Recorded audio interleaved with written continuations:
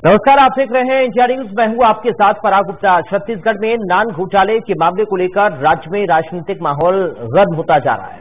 छत्तीसगढ़ के पूर्व मुख्यमंत्री रमन सिंह ने सीएम भूपेश बघेल पर एसआईटी गठित कर नान घोटाले के आरोपी प्रमुख सचिव और अनिल टुटेजा को बचाने का आरोप लगाया है। रमन सिंह ने आगे कहा कि अफसरों के खिलाफ पुख्ता सबूत होते हुए भी राज्य सरकार ने जांच को कमजोर कर उन्हें बचाया और संविदा पर आलोक शुक्ला को प्रमुख सचिव भी बना दिया। रमन सिंह ने राज्य सरकार से दोनों अफसरों के खिलाफ कार्रवाई की मांग की है। रमन सिंह के हमले पर कांग्रेस ने भी प्रेस कॉन्फ्रेंस करके पलटवार करते हुए कहा कि नान घोटाला रमन सरकार की देन है और रमन सरकार इसी घोटाले की 15 साल लाभार्थी रही। और कांग्रेस ने आगे कहा कि विक्रम उसेंडी और धर्मलाल कौशिक ने नान घोटाले की जांच रोकने के लिए याचिका क्यों लगाई। राज्य में नान घोटाले का मुद्दा एक बार फिर से गरमा गया है। आज हम इसी मुद्दे पर चर्चा करेंगे, जिसमें हमारे साथ कुछ खास मेहमान भी जुड़ेंगे।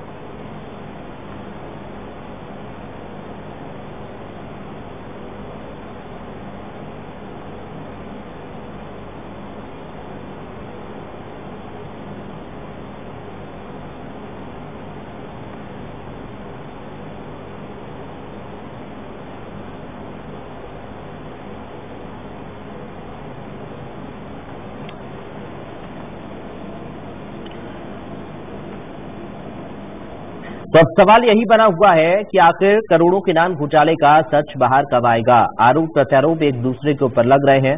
रमन सिंह ने खुलकर कांग्रेस पार्टी पर आरोप लगाए और ऐसे में अब कांग्रेस के नेताओं ने भी प्रेस कॉन्फ्रेंस कर ये कहा कि रमन सरकार की ही देन है नान घोटाला, जिसकी लाभार्थी रही है रमन सरकार। ऐसे में आरोप ये लग रहे हैं, क्या नान घोटाले पर आरोपियों को सरकार बचा रही है? जिस तरह का आरोप बीजेपी का है, और कब इस घोटाले की जांच पूरी हो पाएगी? आखिर कब तक इस पूरे घोटाले की गुत्थी सुलझ पाएगी? लेकिन एक बार फिर से रमन सिंह की बयानबाजी ने इस मामले को हवा दे दी है। ये मामला एक बार फिर से गरमाता हुआ नजर आ रहा है और रमन सिंह ये कह रहे हैं कि जांच प्रभावित करने के लिए एसआईटी का उपयोग किया गया है। और इस पूरे मामले को लेकर कांग्रेस पार्टी के नेता शैलेश नितिन त्रिवेदी की ओर से क्या कुछ कहा जा रहा है, वो आपको हम सुनवाते हैं। सबसे पहले कि नान घोटाले रेजिडेंसी में किसकी साली निवास करती थी जिसका नाम नान घोटाले में आया था। इन दोनों नामों को लेकर पिछली सरकार में जांच क्यों नहीं होने दी गई? शिवशंकर भट्ट ने रमन सरकार के किस मंत्री के ऊपर आरोप लगाते हुए पोल खोल अभियान किया था? विक्रम उसेंडी व धर्मलाल कौशिक ने नान की आगे की जांच को रोकने के लिए क्यों याचिका दायर की? भट्ट की डायरी के 113 पन्नों में 107 पन्ने वो कौन से हैं जिन्हें रमन सिंह जी की सरकार में दबाया गया? क्या उन पन्नों में सीएम मैडम के साथ साथ सीएम सर का भी जिक्र था? ये रमन सिंह जी स्पष्ट करें।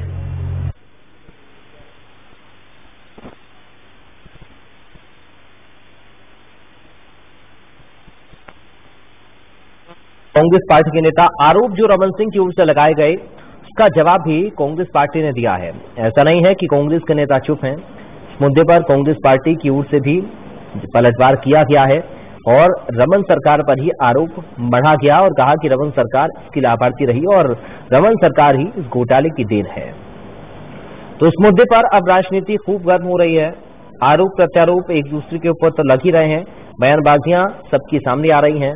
अपने अपने बयान नेता दोनों पार्टी की ओर से दे रहे हैं। लेकिन सवाल ये भी बना हुआ है घोटाले को लेकर कि कब इसकी गुत्थी सुलझ पाए। आखिर कब इसका सच निकलकर बाहर सामने आएगा?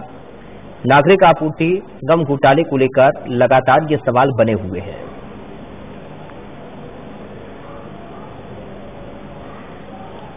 तो कांग्रेस ये कह रही है कि पिछली सरकार में जांच क्यों नहीं होने दी गई, जांच को प्रभावित किया गया, ये आरोप लगाया जा रहा है। प्रेस कॉन्फ्रेंस करते हुए रमन सिंह पर कांग्रेस ने यह पलटवार किया है। जो आरोप रमन सिंह की ओर से लगाए गए। इस पर बाकायदा कांग्रेस पार्टी ने प्रेस कॉन्फ्रेंस की और प्रेस कॉन्फ्रेंस के जरिए पलटवार किया रमन सिंह पर, उनकी सरकार पर। तो अभी इस मामले की गुत्थी भी उलझी हुई है और इसलिए भी समय समय पर यह मामला तूल पकड़ रहा है। एक बार फिर से इस मुद्दे पर एक दूसरे की तरफ से, बीजेपी और कांग्रेस की तरफ से आरोप प्रत्यारोप लगाए गए हैं।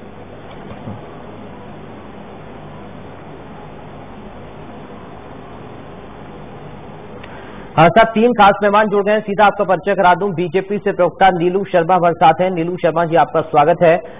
कांग्रेस पार्टी से प्रवक्ता नितिन भंसाली हमारे साथ हैं। नितिन भंसाली जी, आपका स्वागत है। और वरिष्ठ पत्रकार के शर्मा हमारे साथ मौजूद हैं। के शर्मा जी, आपका स्वागत है।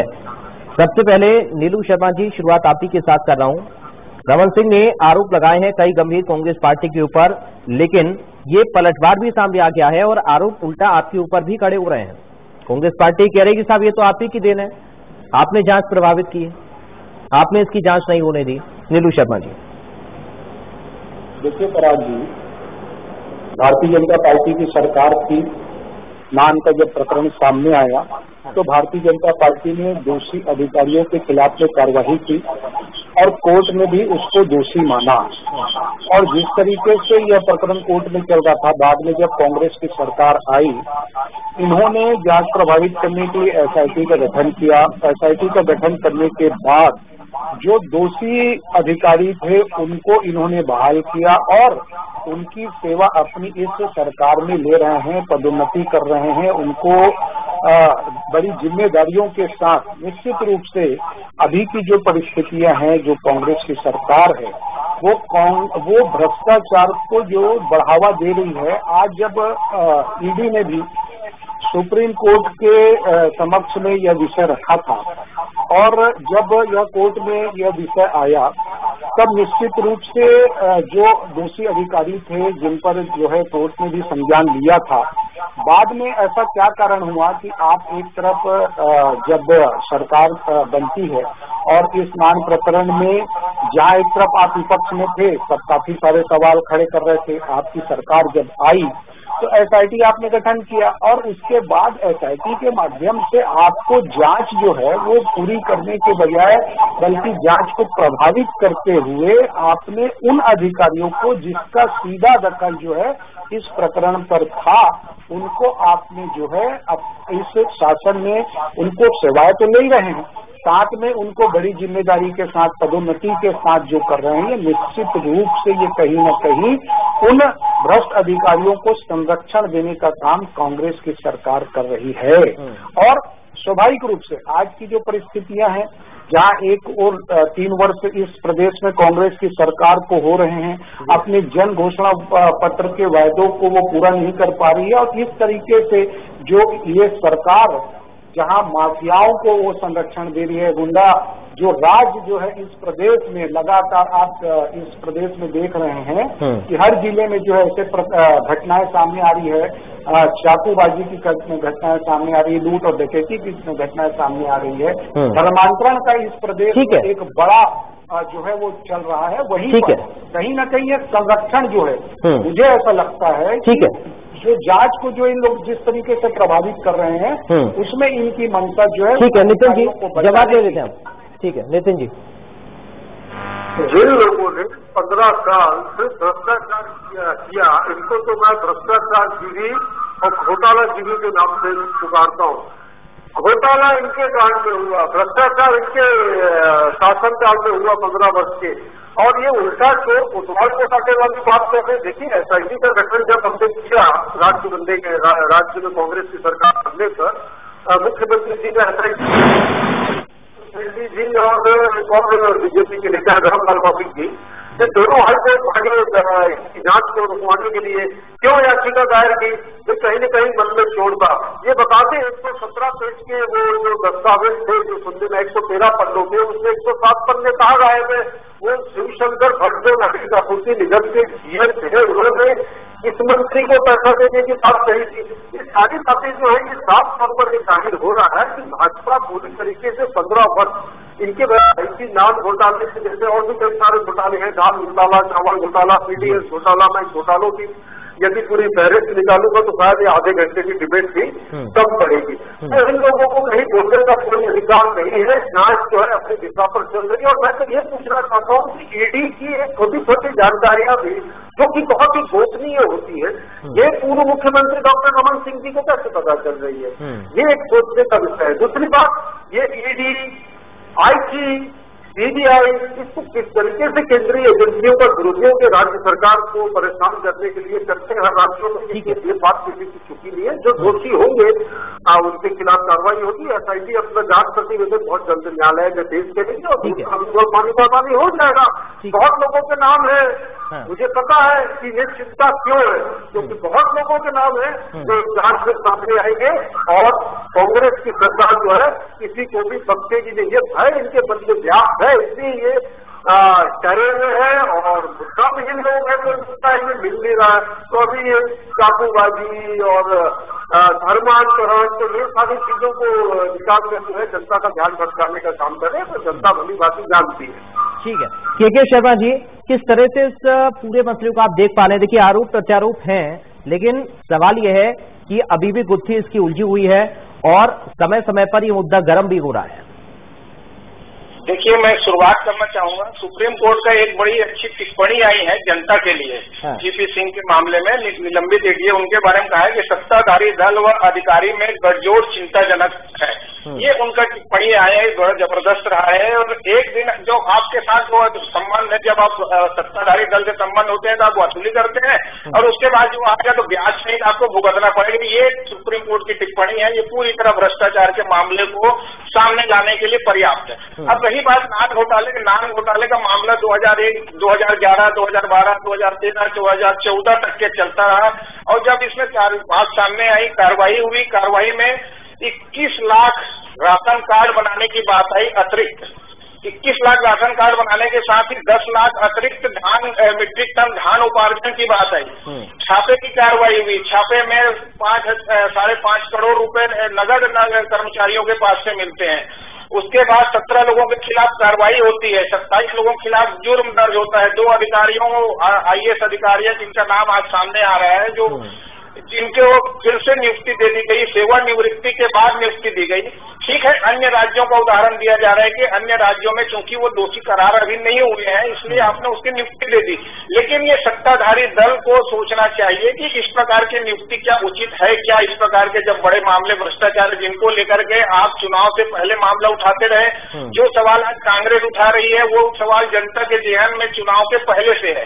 आपने एसआईटी गठित किया तो एसआईटी में हमको भी उम्मीद है, जनता को उम्मीद है कि ये जो सारे सवाल आ रहे हैं, जिनके नाम आ रहे हैं, कोड वर्ड लिखा गया, आखिर वो कौन है, वो आप एसआईटी के माध्यम से उजागर कब तक, 2.5 साल हो गए, बात इसलिए आ रही। दूसरी चीज है जो ईडी के मामले को लेकर अखबारों में कल आने के बाद आज मुख्यमंत्री डॉक्टर रमन सिंह उठा रहे हैं दोनों अधिकारियों के मामले में।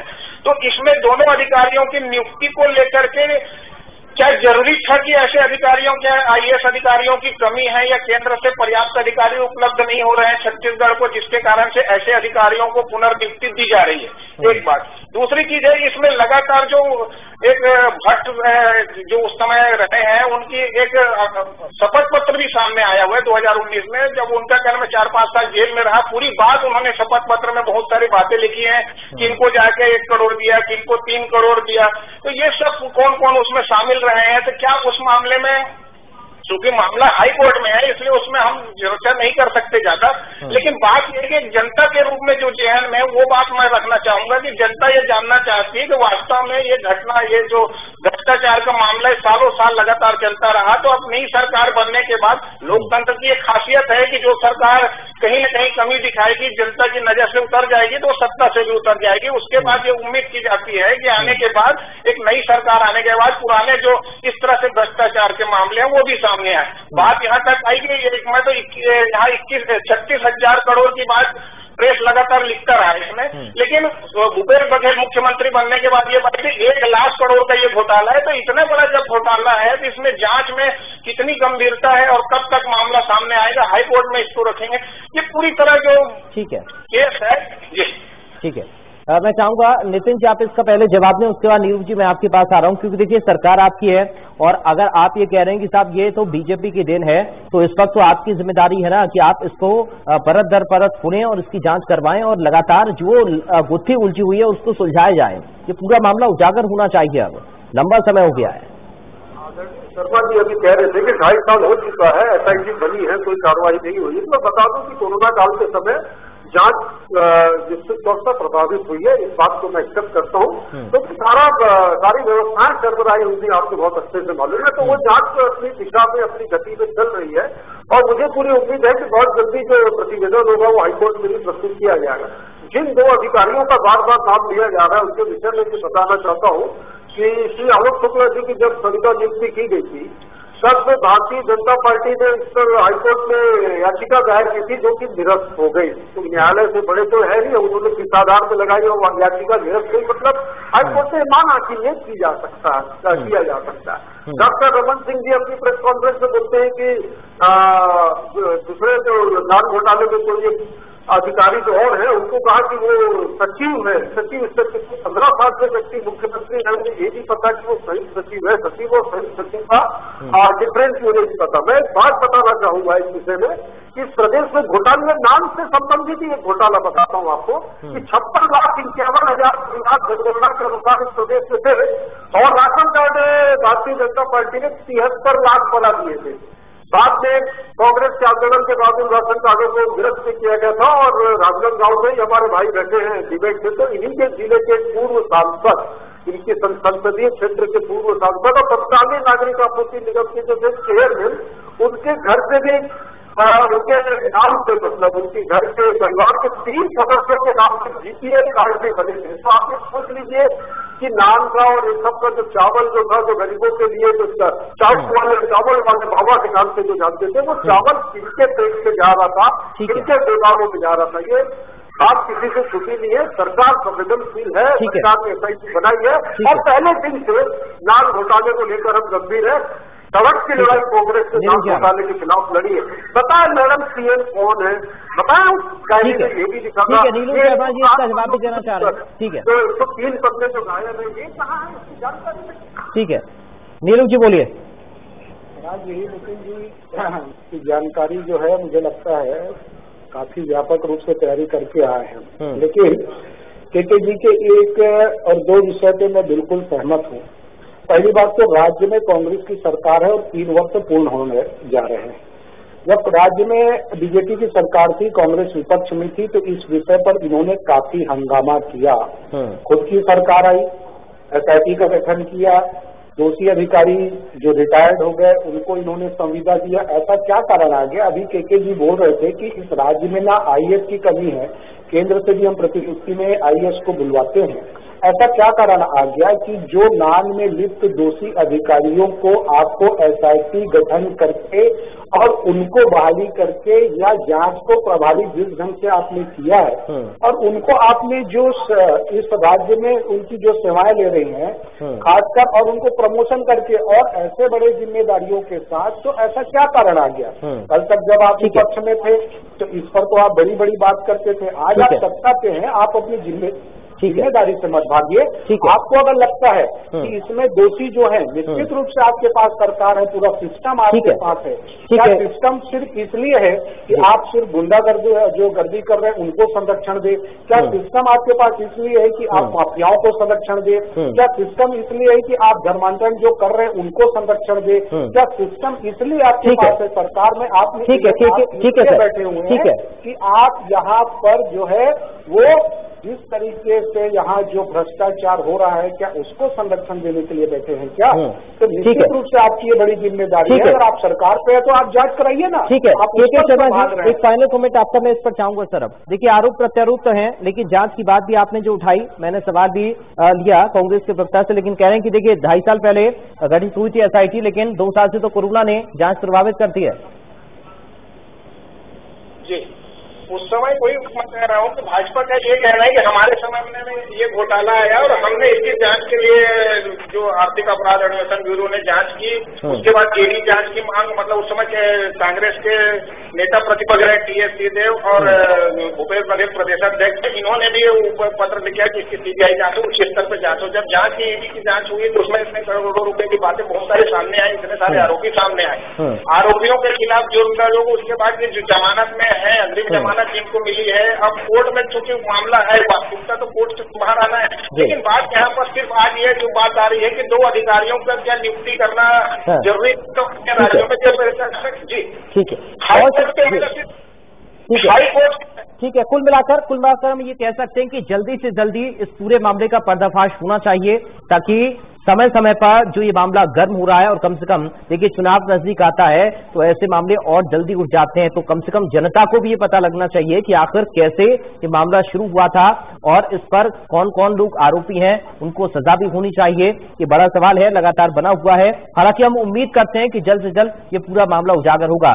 बहुत शुक्रिया नीलू शर्मा जी आपका, बहुत शुक्रिया नितिन बंसाली जी आपका, बहुत शुक्रिया के शर्मा जी आपका जुड़ने के लिए चर्चा में। आज समय मुझे इतनी इजाजत दे रहा है। उम्मीद एक बार फिर से नान घोटाले को लेकर क्योंकि सियासी तकरार हो रही है तो जाहिर तौर पर बयानबाजी भी होगी। कांग्रेस और बीजेपी के अपने अपने मत हैं, एक दूसरे पर आरोप प्रत्यारोप हैं, लेकिन उम्मीद है तो सिर्फ जांच पूरी होने का। फिलहाल दीजिए इजाजत, आप बने रहिए।